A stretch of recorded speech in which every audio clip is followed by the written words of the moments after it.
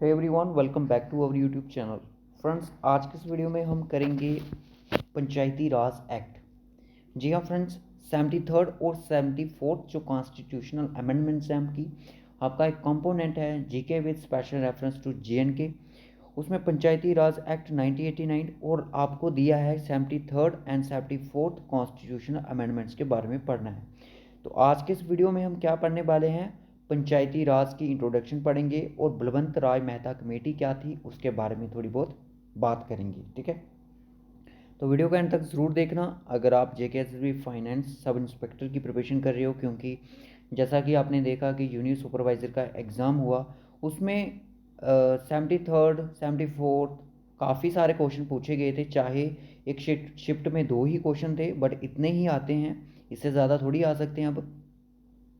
और JKSSB finance sub inspector के लिए हमें इतना प्रिपेयर कर लेंगे अब कि कोई भी क्वेश्चन अगर इसमें से आएगा, चाहे वो हर एक शिफ्ट में हर एक कैंडिडेट की हेल्प करेगा, तो आप उसको ईजिली टैकल कर सकोगे। जैसे कि हमने पॉपुलर पर्सनैलिटीज़ पढ़ी, तो मैक्सिमम 70 to 80% जो पॉपुलर पर्सनैलिटी थी उसी नोट्स में से पूछी गई थी।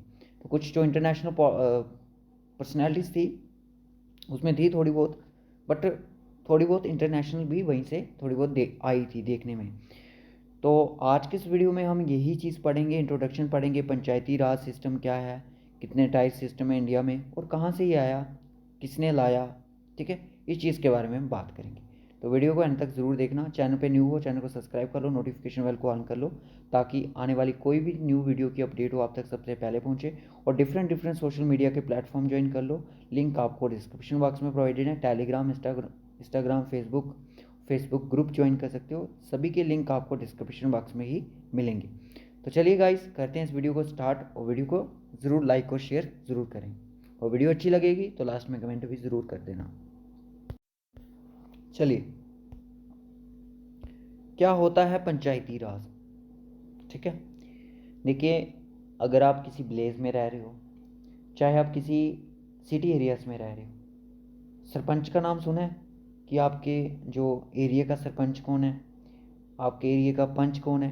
तो ये जो सरपंच पंच वाला सिस्टम है, ये सारा का सारा पंचायती राज के अंदर ही आपको देखने को मिलेगा। ठीक है गाइस, तो मैं आपको बता दूं कि जो पंचायती राज है इसको लोकल सेल्फ गवर्नमेंट भी बोलते हैं। ठीक है, लोकल सेल्फ गवर्नमेंट भी बोलते हैं। ठीक है, अगर एग्ज़ाम में पूछा जाए कि जेकेएसएसबी से फालतू के स्टूपिड क्वेश्चन पूछ लेती है कि पंचायती राज का जो अनदर नेम है उसको क्या बोलते हैं, तो वो आपकी लोकल सेल्फ गवर्नमेंट है। ठीक है, इसको महात्मा गांधी भी चाहते थे कि लोकल सेल्फ गवर्नमेंट हमारी इस्टेब्लिश हो जाए। ठीक है, अब बात आती कि लॉर्ड रिपन कौन थे। देखिए, लॉर्ड रिपन जो है वो फादर है लोकल सेल्फ गवर्नमेंट के इंडिया में। ठीक है, अगर एग्जाम में आपसे पूछा जाए कि who is the father of local self government in India, exam में डायरेक्टली क्वेश्चन तो जेकेएसएसबी इस तरह से नहीं पूछता है। अगर बाय द वे क्वेश्चन पूछ लिया जाए तो आप बोलोगे लॉर्ड जो रिपन थे वो फादर है लोकल सेल्फ गवर्नमेंट इंडिया के। आज क्वेश्चन सुना है, देखने में आया था कि who is the father of drafting committee.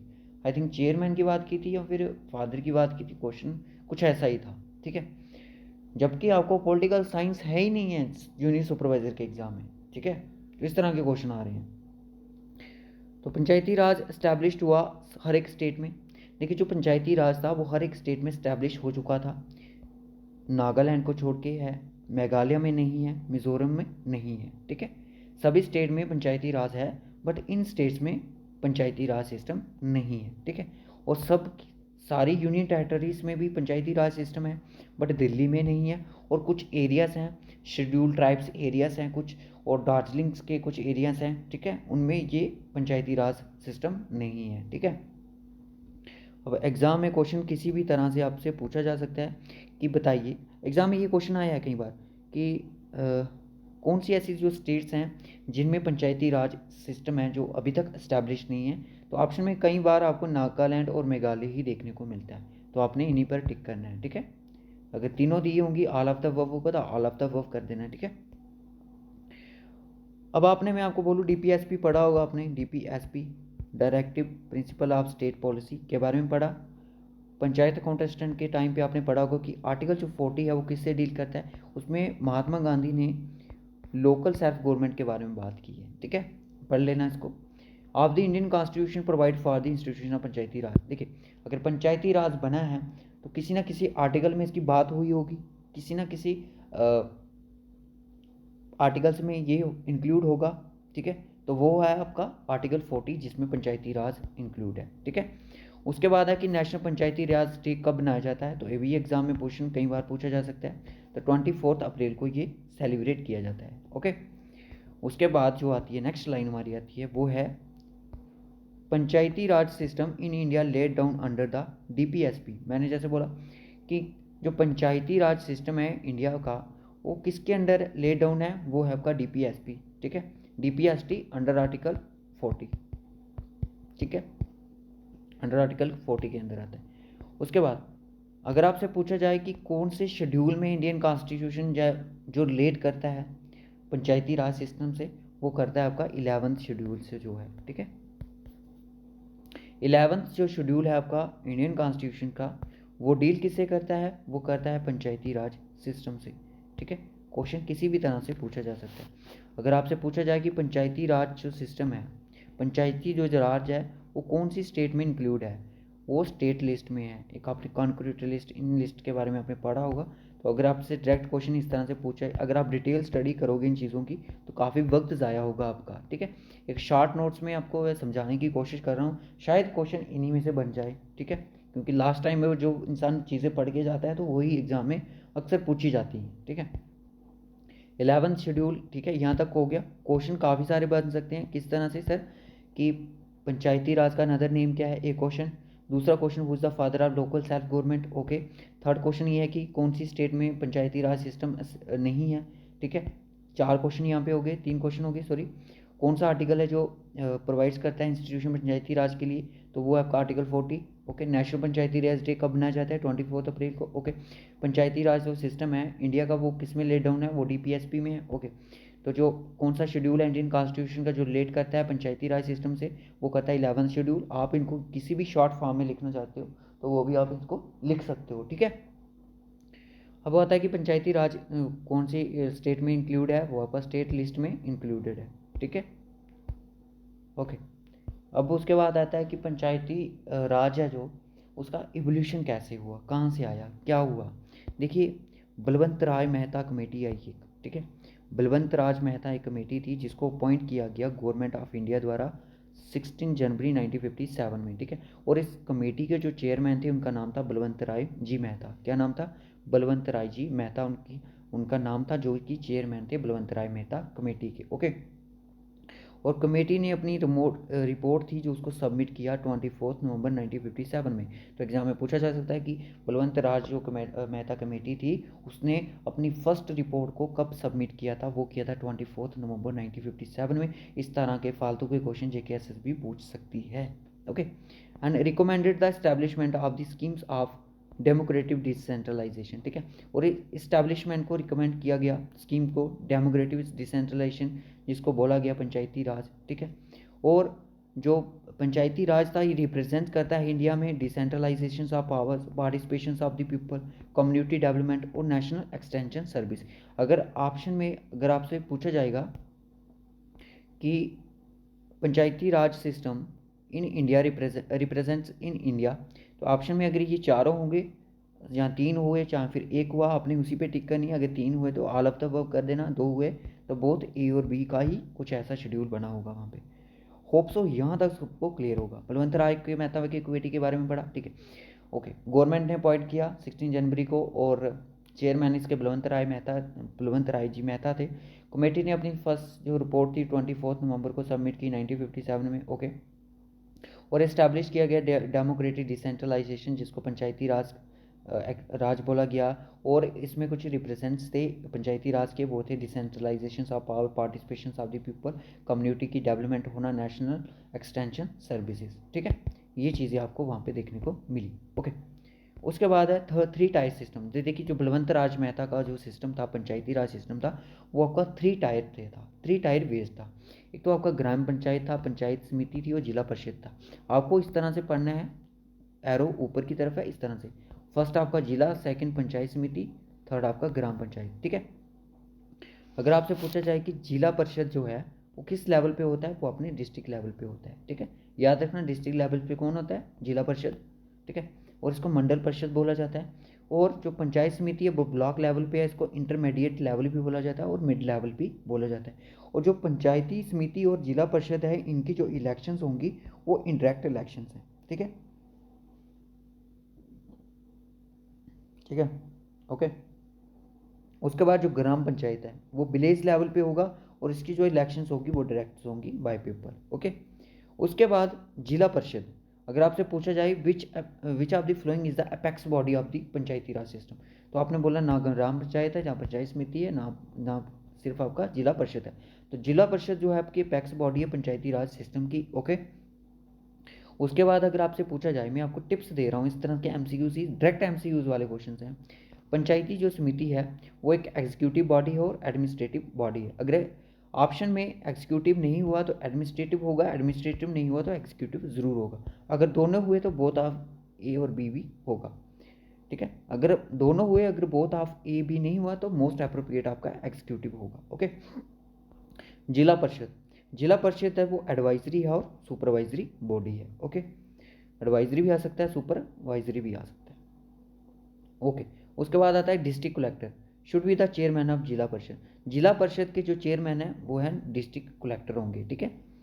Election has to be constituted every 5 year, election हर 5 साल के बाद की जाएगी, ठीक है। ये चीज़ें कुछ शर्तें थी इनकी जो बलवंत राय मेहता कमेटी के अंदर आती हैं कि इलेक्शन 5 साल के बाद होगी, डीसी जो चेयरमैन होगा जिला परिषद का, और एडवाइजरी सुपरवाइजरी बॉडी है जिला परिषद, ओके। जिला परिषद जो अपेक्स बॉडी है, ओके। एडवाइजरी और एग्जीक्यूटिव और एडमिनिस्ट्रेटिव जो बॉडी है वो है आपकी पंचायत समिति, ओके। उसके बाद आता है दिस रिकमेंडेशन, जो ये रिकमेंडेशन है एक्सेप्ट की गई किसके द्वारा, नेशनल एनडीसी द्वारा, नेशनल डेवलपमेंट काउंसिल ने की गई जनवरी 1958 में, यानी कि इस कमेटी को कब एक्सेप्ट किया 1958 में जनवरी को, ओके। अब बात आती है कि पंचायती राज सिस्टम सबसे पहले कौन सी स्टेट में आया, कहाँ पे देखने को मिला। राजस्थान थी जो फर्स्ट स्टेट थी जिसमें एस्टैब्लिश किया गया पंचायती राज सिस्टम, 3 टायर सिस्टम। कौन कौन सा, जिला परिषद ब्लॉक लेवल वाला, पंचायत समिति और ग्राम पंचायत, ठीक है। ये 3 सिस्टम वहाँ पे इस्टेब्लिश किए गए। और अगर आप एग्जाम में आपसे पूछा जाएगा कि हु इनॉग्रेट था 3 tier system, Panchayati Raj 3 tier system in Rajasthan, तो वो आपका किया गया फर्स्ट टाइम पूछा जाएगा या फिर राजस्थान, पीटी नेहरू यानी कि पंडित जवाहर नेहरू, जो कि प्राइम मिनिस्टर थे उस टाइम के। तो ये नागौर डिस्ट्रिक्ट में हुआ। एग्जाम में कई बार क्वेश्चन आता है कि राजस्थान में तो हुआ पर कौन से डिस्ट्रिक्ट में हुआ और ये कब हुआ, किसके कौन से ऐसे फ्रीडम फाइटर थे उनके जन्मदिन पे हुआ, तो ये आपके महात्मा गांधी के दिन पे हुआ, ठीक है, क्योंकि वो ग्राम स्वराज के बारे में भी बोलते थे। होप सो यहाँ तक क्लियर हो। Rajasthan followed Andhra Pradesh with which adopt the system in 1958। और आंध्र प्रदेश की अगर मैं बात करूँ, इसका पंचायती राज सिस्टम पढ़ोगे तो वो काफ़ी डिटेल में है, उसको छोड़ो। बस एग्जाम में जूनियर सुपरवाइजर के एग्जाम में पूछा गया था कि जब राजस्थान में पंचायती राज एक्ट आया उसके साथ किसी स्टेट के साथ भी आया था, तो उसके साथ स्टेट जो थी आंध्र प्रदेश थी, ठीक है। राजस्थान और आंध्र प्रदेश पंचायती समिति वाज पावरफुल। राजस्थान और आंध्र प्रदेश में 3 टायर सिस्टम होने के साथ साथ पंचायती समिति जो है पावरफुल है, किसके लिए, प्लानिंग और डेवलपमेंट के लिए, ओके। जबकि महाराष्ट्र और गुजरात में जिला परिषद पावरफुल है प्लानिंग के लिए और डेवलपमेंट के लिए, ठीक है, याद रखना। अब कुछ स्टेट में 3 टायर सिस्टम है, कुछ में 2 टायर सिस्टम है, कुछ स्टेट्स में 4 टायर सिस्टम है। 2 टायर सिस्टम आपका तमिलनाडु में है, वेस्ट बंगाल में आपका 4 टायर सिस्टम है। दोस्तों बाकी की जो कहानी होगी मैं आपको डिटेल में समझाऊंगा कि कहाँ कहाँ पे 3 टायर है और कहाँ पे 2 टायर है, ठीक है। इतना पूछा नहीं जाएगा बट जितना बताया गया उतना याद रखो। उसके बाद आता है कि ऑब्जेक्टिव क्या है पंचायत का, वो है डेमोक्रेटिक डिसेंट्रलाइजेशन। एग्जाम में ये भी आ सकता है, आया है कई बार। Through the more participation of the people into democracy, यानी कि लोगों का बहुत ज़्यादा पार्टिसिपेशन होगा डेमोक्रेसी में। It is the reason Gandhi ji support decentralisation of power, तो यही एक रीज़न था डिसेंट्रलाइजेशन ऑफ पावर को सपोर्ट करने का। अभी मैंने आपको बताया कि इंडिया में जो रिप्रेजेंट किया गया पंचायती राज सिस्टम वो डिसेंट्रलाइजेशन ऑफ पावर था, ठीक है, ये भी इसका एक हिस्सा है, ठीक है जी। और यहाँ पे अगर मैं बात करूँ कि he was also the support the idea of Gram Swaraj, तो which leaders has also support the idea of Gram Swaraj, तो आपके महात्मा गांधी थे, ठीक है। Who inaugurate the first time Panchayati Raj system in Rajasthan, Pandit Jawaharlal Nehru, okay. अब भाई पंचायत तो हमने बना ली, इलेक्शन भी तो होनी चाहिए, ओके। डिसीजंस कौन लेगा पंचायती राज इलेक्शन को कंडक्ट करने का, तो वो लेगी आपकी स्टेट गवर्नमेंट, और इलेक्शन कंडक्ट करेगी स्टेट इलेक्शन कमीशन, ठीक है। ये चीज़ें आपको सीखनी है, क्योंकि इसी पे क्वेश्चन बन सकता है, इस पे भी बन सकता है, और यहाँ से भी कहीं से क्वेश्चन बन सकता है, ठीक है। इसलिए मैंने कोई ऐसी लाइन आप स्किप नहीं कर सकते जो इम्पॉर्टेंट ना हो, जो एग्जाम पॉइंट ऑफ व्यू से इम्पॉर्टेंट ना हो, जो एमसीक्यूज पे ना बन सके, ठीक है। चीज़ को समझना है, बाकी आप कर लोगे, ठीक है। बाकी जेकेएसएसबी अब कैसा एग्ज़ाम पूछेगी उस पर डिपेंड है अब जेकेएसएसबी के। और मैं अभी स्टॉक एक्सटेंड के लिए मैं बोल दूँ, क्योंकि आज भी एग्ज़ाम था, एनालिसिस वीडियो आनी है आज रात को 9 बजे। तो मैं आपको बता दूँ स्टॉक एक्सटेंड के लिए मैं ट्राई करूँगा कल से आपका 3 बजे आपकी क्लास होगी, और 3 बजे आपकी ज़रूर क्लास होगी, रात को 9 बजे।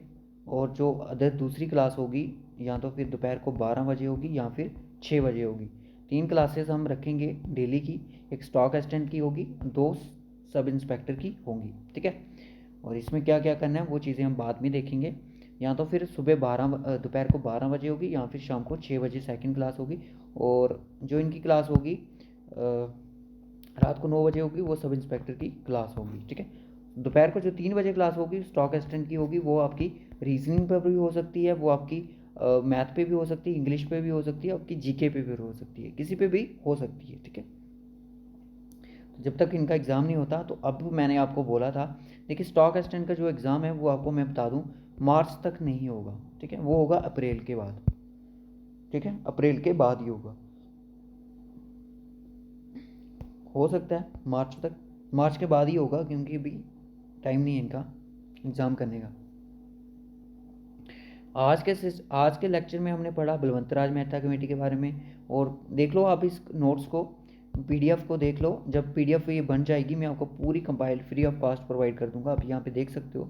इसको वीडियो को पास करके नोट्स बना सकते हो, अपनी इंपॉर्टेंट लाइन्स लिख सकते हो जो जो मैंने लिखी हैं, और फिर आप अपने से क्वेश्चन सोचो और उसको सर्च करो। जब अपने से क्वेश्चन सोचोगे तभी आपको ऐसे क्वेश्चन, क्योंकि जेकेएसएसबी ऐसा ही कर रही है, ठीक है। अपने से सोचती है और क्वेश्चन बना देती है, ठीक है। उनके क्वेश्चन आपको गूगल पर मिलेंगे। तो रखूँगा इस वीडियो को फिर यहीं तक, मिलूंगा आपसे नेक्स्ट वीडियो में, तब तक के लिए bye, take care guys. Video को लाइक और शेयर ज़रूर करें, और एनालिसिस वीडियो ज़रूर देखो यूनियन सुपरवाइजर की, उनकी जिनका सब इंस्पेक्टर का एग्ज़ाम है उनके लिए इंपॉर्टेंट है, क्योंकि उनको एक राय मिलेगी। क्योंकि अब हम साइंस के ऊपर एक वीडियो लेके आएंगे जिसमें हम सिंबल कवर करेंगे, ठीक है। सिंबल क्या क्या है, ठीक है। विटामिन हमने ऑलरेडी कवर कर लिया है, सिंबल के बारे में पढ़ेंगे, सिंबल क्या क्या होते हैं।